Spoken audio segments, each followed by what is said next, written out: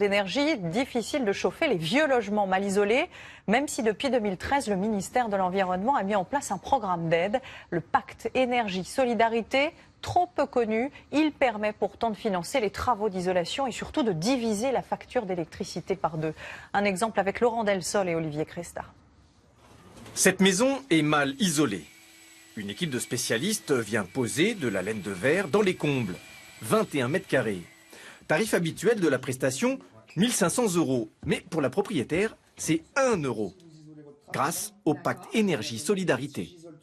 Même pas 24 heures après avoir rempli le document en ligne, j'ai eu la réponse. Ça prend 5 minutes. C'est juste quand la personne m'a appelé, au vu des documents que j'avais déjà remplis en ligne, qu'elle m'a dit « vous êtes éligible ». Car ce programme est réservé aux personnes aux revenus modestes. Les plafonds de ressources sont différents en fonction des régions et de la composition du foyer. Une personne en Île-de-France doit gagner moins de 20 000 € par an. La laine de verre est projetée sur le plancher. Cette technique restreint donc la mesure au comble perdu, uniquement. En 15 minutes, l'opération est terminée. Vous étiez là à midi, il est 12h51. Et c'est la moyenne. 20 000 maisons ont déjà bénéficié du pacte énergie-solidarité, mais pour le responsable du programme, 2 millions de logements peuvent en profiter. C'est de l'ordre de 25 à 30% des déperditions qui ont lieu par le toit. Donc on commence par l'isolation du toit, et après on peut se poser la question des fenêtres, des murs, du sol, et ce n'est qu'après qu'on se pose la question du chauffage. C'est ce qu'ont fait Anne et Toufik. Après avoir bénéficié du pacte énergie-solidarité, il y a 2 ans, ils ont isolé murs et fenêtres. Ça leur a permis de réaliser des économies supplémentaires. Regarde, l'année dernière, on en a eu pour 1 614 €. Oui. Et cette année, on a divisé par 2 le prix de la facture de 50%, de gaz. Oui. Ouais. Ce programme d'économie d'énergie est également ouvert aux locataires. Dans ce cas, ce sont leurs revenus qui sont pris en compte. Il faut juste l'autorisation du propriétaire, qui dit rarement non. Le froid et la neige qui vont aussi évidemment faire le bonheur des stations de ski à 3 semaines seulement du début des vacances de février.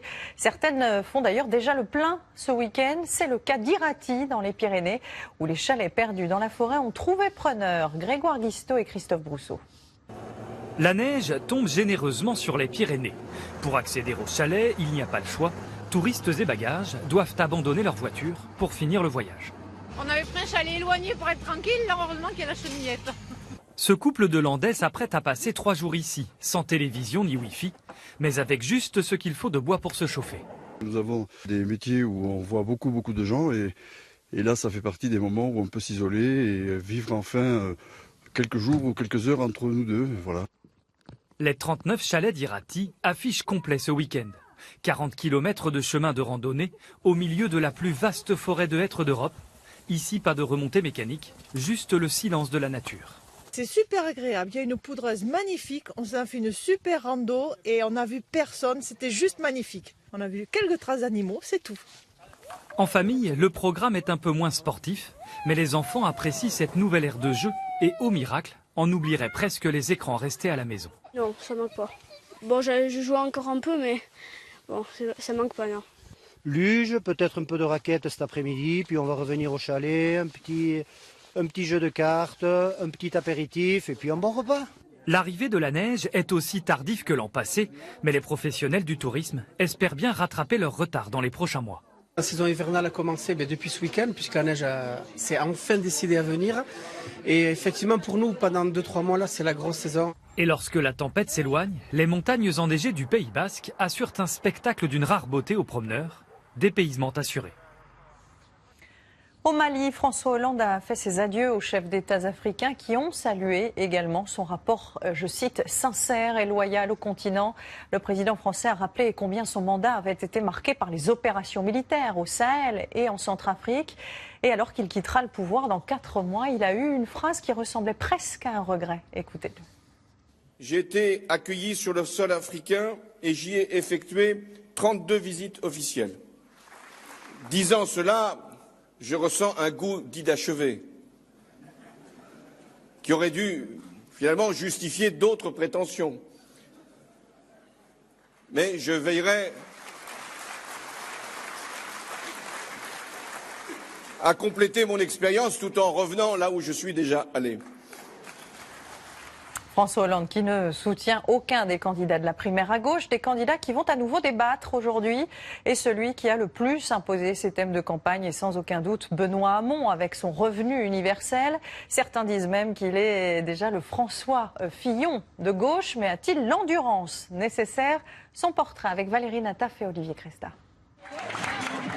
Il commence à inquiéter ses rivaux. Benoît Hamon sera-t-il la surprise de la primaire en se hissant sur le podium? En tout cas, lui y croit. L'avantage, c'est comme on n'a pas de sous, ça tombe bien que ça marche. Oui, il y a quelque chose qui incontestablement monte, des salles qui se remplissent sans difficulté. Au revoir, hein. 9 meetings en janvier jusqu'au premier tour, 7000 km parcourus en 15 jours. C'est un homme pressé qui répond aux journalistes dans les halls d'aéroports. Ce soir-là, 1 millier de personnes à Montpellier pour sa réunion publique, pas tous déjà convaincus. Montebourg et Hamon, Mélenchon. En gros, la réflexion, c'est autour de ça. Entre lui, Arnaud Montebourg et également Mélenchon. Il incarne vraiment les valeurs de la gauche, en tout cas mes valeurs. Et aujourd'hui, Benoît Hamon parle longtemps, très longtemps, du monde tel qu'il est, dit-il, et il détaille la proposition qu'il a imposée dans le débat de la primaire. Revenu universel d'existence. En partant d'un constat. D'ici 20 ans en France, 3 millions d'emplois seront détruits par la révolution numérique. C'est sa mesure phare. Le revenu universel, il est le moyen de permettre à chacun, notamment les plus vulnérables, de retrouver de l'autonomie et de la maîtrise sur sa vie. C'est-à-dire de décider de travailler moins parce qu'il a un revenu universel, son perte de pouvoir d'achat. Ses concurrents lui reprochent de ne pas être assez présidentiel. Conférence de presse à son QG, au 11e étage de la tour Montparnasse. Proposition sur la sécurité, la défense et la politique étrangère, ce qu'on appelle du régalien. Pas d'improvisation, appliquer le candidat lit ses notes. Son moi président, c'est un exercice du pouvoir qui privilégiera tempérance, concorde, je veux dire fraternité. La fraternité des gauches aussi. Déjeuner avec l'ancien ministre des Finances grec, Yanis Varoufakis, l'icône de la gauche, celle aussi d'Arnaud Montebourg ou de Jean-Luc Mélenchon, mais qui n'apporte pas son soutien à Benoît Hamon. Une rencontre, pas un trophée. Moi j'ai un avion à prendre, moi je suis désolé les amis. Je vais dans les Landes, je fais Henri Emmanuel. En handball, les experts jouent ce soir leur 3e match du mondial face à la Norvège. Les Bleus qui ont su créer une relation très forte avec leurs fans, notamment grâce aux réseaux sociaux. En exemple, Nicolas Karabatic est le handballeur au monde le plus influent sur Internet. Yann Ovin, David Bordier et David Pires. Je tiens à vous remercier avant tout parce que vous êtes de plus en plus nombreux à me suivre sur Facebook, Twitter, Instagram. L'entraînement à peine terminé, Valentin Porte s'adresse à ses fans sur Internet. William Acambray filme lui à l'hôtel, dans le bus. Un message, une vidéo, une photo.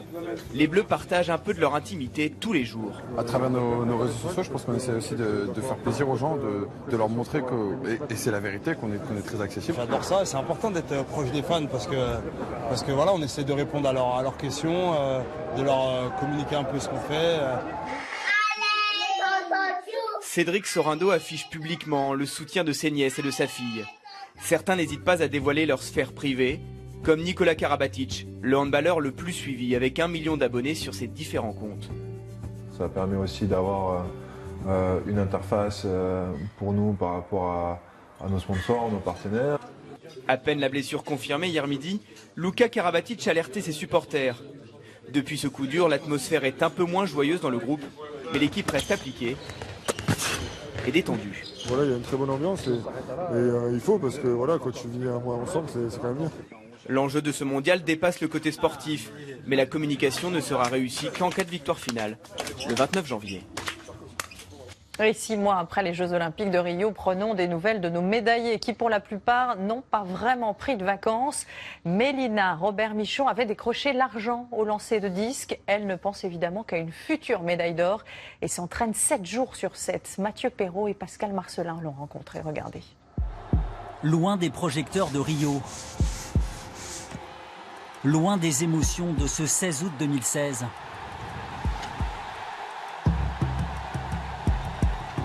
La médaille d'argent est aujourd'hui rangée sur une étagère. Dans la lumière d'un petit matin d'hiver, Mélina Robert-Michon retrouve son quotidien et son container dans un coin du parc de Paris. C'est des entraînements, donc il y a des plus légers, des plus lourds, il y a tout ce qu'il faut. À 37 ans, la majorité des athlètes est déjà à la retraite. Cette mère de famille, elle, ne pense qu'à améliorer encore ses performances. Ça tourne un peu. Bah, tu veux aller vite, poser pied gauche et tu tournes dans le bassin au lieu de rester dans tes jambes. Je sais que j'ai encore des choses à aller chercher, je sens que j'ai encore des choses à améliorer, que je peux progresser, donc c'est tout ça qui me motive à venir encore. Elle veut une médaille d'or, donc pour avoir une médaille d'or, il ne faut pas se reposer sur ses lauriers, il faut retourner travailler. Cela tombe bien, Mélina ne compte jamais ses heures sur un stade. Elle est comme son entraîneur, quoi. Mais ce qu'on appelle des besogneux, quoi. Là, on n'aime pas trop se mettre en avant. Et ce n'est pas du côté de Colombes qu'on vous dira le contraire. C'est ici, en Isère, que Mélina Robert-Michon a grandi, dans la ferme familiale. Elle a toujours été battante. Quand elle décidait quelque chose, elle aimait bien y arriver. Toute petite, c'était comme ça. Et puis, oui, finalement, elle est arrivée à ce qu'elle voulait. Une médaille olympique, décrochée à sa 5e participation aux Jeux. L'argent du bonheur, c'était son bonheur, mais c'était son bonheur partagé par toute la famille. Et puis, ça nous avait tous fait pleurer aussi. De ces moments, la famille Robert-Michon garde des souvenirs, des photos soigneusement consignées. Mélina, elle, pense déjà à la suite, aux championnats du monde de Londres l'été prochain, pour lesquels elle est plus ambitieuse que jamais. Une médaille d'or et un record de France, ouais, ça aurait de la gueule, ouais. Voilà pourquoi elle continue à s'entraîner 3 fois par jour, même le dimanche. Une histoire de passion pour une discipline qui lui permet tout juste de gagner sa vie. Autre passionnée, l'actrice Karine Viard, que vous pouvez retrouver en ce moment au théâtre. Sa pièce Vera est en tournée un peu partout en France. Elle y incarne une directrice d'agence de casting sans pitié. Sylviane Mondet et Cédric Even. Vous voulez dire que les acteurs sont souvent dépressifs? Oui, tout à fait. Mais les acteurs en général ou les acteurs que vous représentez? Karine Viard est Vera, une femme qui s'est faite toute seule. Vous savez que j'ai fusionné avec le Global Casting de Londres. Maintenant, je représente leurs clients européens. Et elle dirige de main de maître une agence de casting avec tout le cynisme nécessaire. Ton physique n'est plus à la mode. Bon, écoute, tu as beaucoup pris, surtout du bas. Tu fais gros tas avec ton gros cul et ton gros bide, voilà ce que tu fais. Une pièce qu'elle porte de bout en bout, avec ce qu'on lui connaît d'humour, d'énergie et de détermination. Je dois me préparer parce que j'ai encore 2 avant-premières ce soir. Il tenait à Karine Viard, autant qu'au metteur en scène, de faire connaître en France l'auteur de cette pièce. C'est une critique du libéralisme, évidemment. C'est bien pour les ados, par exemple, de venir voir cette pièce. Quand il y a juste le royaume de l'argent, quand juste ce qui compte, c'est sa propre réussite. Alors, quel monde on tricote, en fait? Pardon, papa. Après une ascension fulgurante, Vera sera broyée par la machine qu'elle avait mise en place. Une histoire féroce, cruelle et drôle, mais surtout actuelle. Et c'est loin, très loin de notre civilisation que nous allons partir pour notre Zoom. Nous vous proposons aujourd'hui un voyage exceptionnel au sud de l'océan Indien. Pendant plus d'1 mois, nos envoyés spéciaux Fulvio Daguano et Tanguy Tuot ont partagé la vie des militaires du Nivose. C'est une frégate de la Marine nationale. Leur mission, surveiller les îles françaises de ce bout du monde, mais aussi garder un œil bienveillant sur les skippers du Vendée Globe. Un récit de Sylvain Milenvoix et Cédric Aguilar.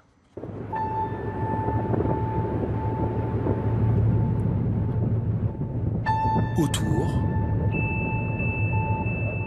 il n'y a personne. Rien d'autre que la mer et le vent. Des vagues de 12 mètres.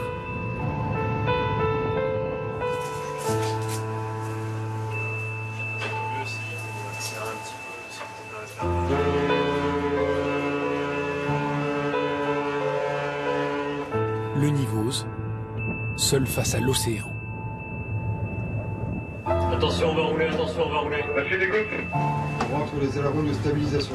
300 yards, droite de la route. On va reçu, c'est cohérent à l'optique. À la timonerie, l'équivalent du poste de pilotage, voici Marie. Elle a 19 ans. Les stabilisateurs sont de sortie, le lock est en circuit. C'est ma première mer agitée que je vois en fait. Et ça va? Oui, ça va. Je croyais que j'allais être mal, mais au contraire, je suis encore bien. Il y a 6 mois, j'étais encore à l'école, j'étais en terminale. Je passais mon bac au mois de juin et j'ai eu mon bac cette année. Et au mois de septembre, j'ai intégré la marine. À gauche 5. La barre à 5 à gauche. Quelques jours plus tôt, elle vit son premier grand départ. Le Nivos quitte Port des Galets, son port d'attache réunionnais. Sa mission première, surveiller les zones de pêche françaises. Mais dans le Grand Sud, la frégate va avoir un deuxième objectif. Rencontrer les marins du Vendée Globe dans des eaux aussi hostiles et aussi éloignées de toute terre habitée est quelque chose d'assez unique. On est enthousiaste face à cette mission particulière. Une mission longue de 37 jours. À bord de ce bateau, de presque 3000 tonnes, se trouvent une centaine d'hommes et de femmes. Vous en avez 3 d'un côté, 3 de l'autre. Vous en prenez une, vous la sortez, vous effacez. Pour un peu, on se croirait presque avec Tom Cruise dans Top Gun. Communication, sécurité, fan, brassage, carburéacteur. On n'est pas les seuls en ce moment à s'être préparés à ce genre de choses et à avoir eu ce genre de briefing. Je pense aux concurrents du Vendée Globe. Donc si on part dans les TAF, c'est aussi pour eux. Les TAF, les terres australes et arctiques françaises, parmi lesquelles l'archipel de Crozet, première étape. En attendant, la vie à bord s'installe. Une vie rythmée par le travail, mais aussi par les repas. Pour un mois de mission, donc, il faut compter d'environ 2 tonnes de viande, 1,5 tonne de légumes, 1 millier d'œufs et près de 2000 yaourts. Manger, c'est bon pour le moral des troupes. Alors dans les cuisines, un homme travaille la nuit. 18 ans d'expérience, il a servi sur le porte-avions Charles de Gaulle. C'est Didier le boulanger. Ils ont souvent faim. Ils travaillent beaucoup, ils ont souvent faim là. En pleine nuit, là, le quart, tout ça, ils aiment bien avoir du pain pour se caler, surtout quand il y a mauvaise mer aussi. Quand on a un peu de mal de mer, il n'y a que ça qui tient un peu, quoi. 3000 km au sud de la Réunion, le Nivos se trouve des compagnons, des manchots. L'île de la Procession, l'archipel de Crozet.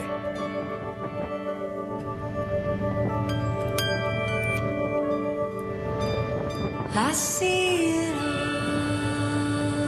and nothing. I see it. Pourtant, les conditions de mer ne permettent pas d'y établir le mouillage. Le commandant doit prendre une décision. Il faut repartir. I see it.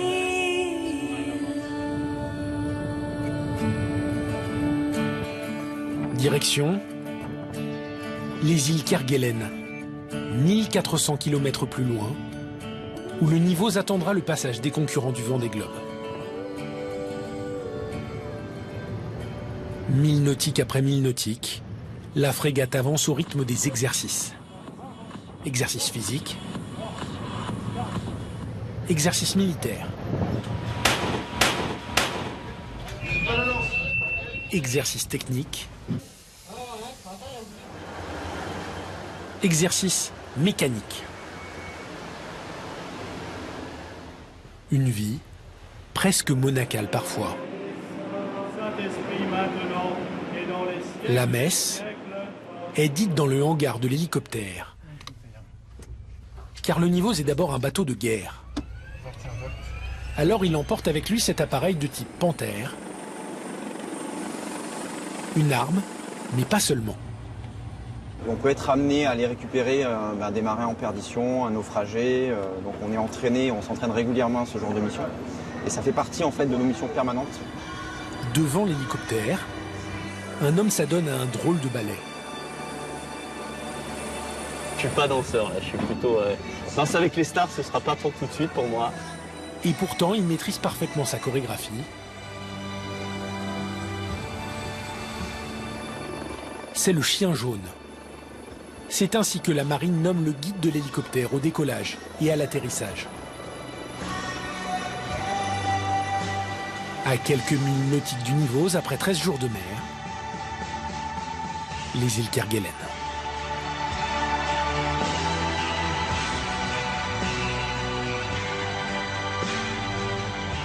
Un archipel presque aussi grand que la Corse, où la montagne se noie dans les embruns. Un morceau de France, perdu dans l'océan Indien.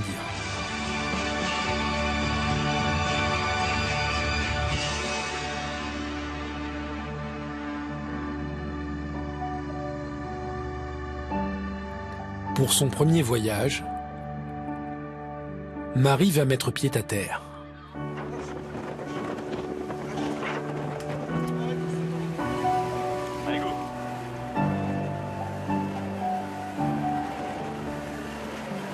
La température qu'il y a ici, c'est pas évident d'affronter ce froid là. Quand on est habitué avec la chaleur de la Réunion, c'est pas évident ici. Surtout avec ce vent, mais laisse tomber. Mais c'est vraiment trop beau quoi. Oh, regardez ça. Mais ils sont trop mignons. Ça donne trop envie de les toucher. Sur les routes, les éléphants de mer cherchent la chaleur de l'asphalte. Les manchots ne craignent pas non plus les rares présences humaines. L'archipel n'a pas beaucoup changé depuis sa découverte par le chevalier de Kerguelen, il y a maintenant plus de 3 siècles. Ouais, alors il allait beaucoup plus loin parce qu'il y a le Jeanne d'Arc qui venait à quai. La population de l'île excède rarement 70 personnes. Cette hélice, je la trouve assez impressionnante. Je trouve que c'est un très beau témoignage de l'aventure humaine de ces marins. Elle accueille surtout des scientifiques et les vestiges rouillés d'une colonisation difficile depuis le XVIIIe siècle. Les pièces étaient chauffées, puis elles étaient martelées. L'installation est une aventure incroyable, à part entière. C'est au large de cet archipel que le Nivôse a un autre rendez-vous. Pour la première fois de l'histoire de l'épreuve, les marins du Vendée Globe vont être filmés dans l'océan Indien. À quelques kilomètres de là, l'hélicoptère du bord trouve Armel Lecléache, le leader de la course. Aéroport populaire d'Hélios, fort éclair. Bonjour, et donc au nom de toute la frégate Nivôse, on vous salue bien, et donc du coup on présente également tout notre respect pour tout ce que vous êtes en train d'accomplir pour cette magnifique course. Banque Populaire et le Nivôse naviguent bord à bord. Au large des Kerguelen, c'est sympa, on a du monde à côté de nous, là ça fait plaisir. Le Nivôse, il nous accompagne depuis un petit quart d'heure.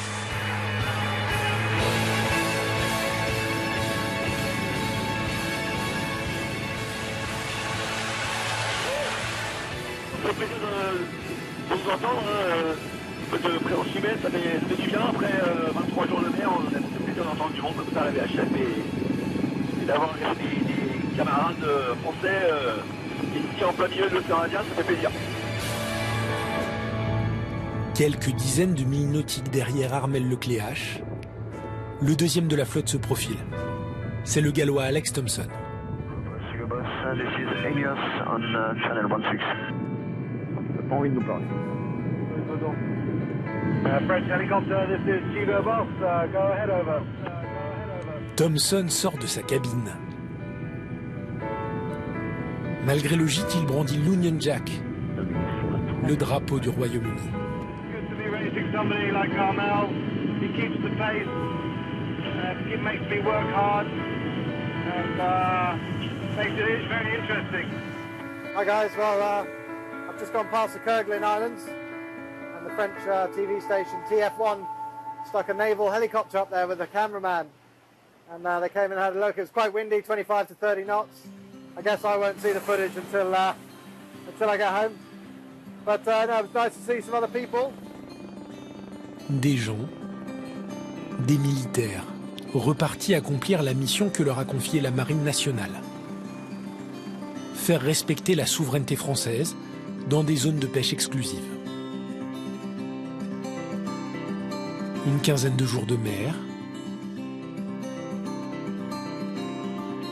d'exercices, d'intervention, attend désormais le Nivose, avant qu'il ne retrouve son port d'attache, à La Réunion. Et c'est la fin de ce journal après ce magnifique zoom. Ce soir, ne manquez pas l'interview de Ryan Gosling que j'aurai le plaisir de recevoir à 20h pour le film La La Land, grand favori des Oscars. Mais dans un instant, place à grand reportage qui nous fait partager le quotidien de 3 vétérinaires. Qu'ils travaillent dans un zoo ou en cabinet, chacun a dû s'adapter à des patients parfois très particuliers. À tout de suite.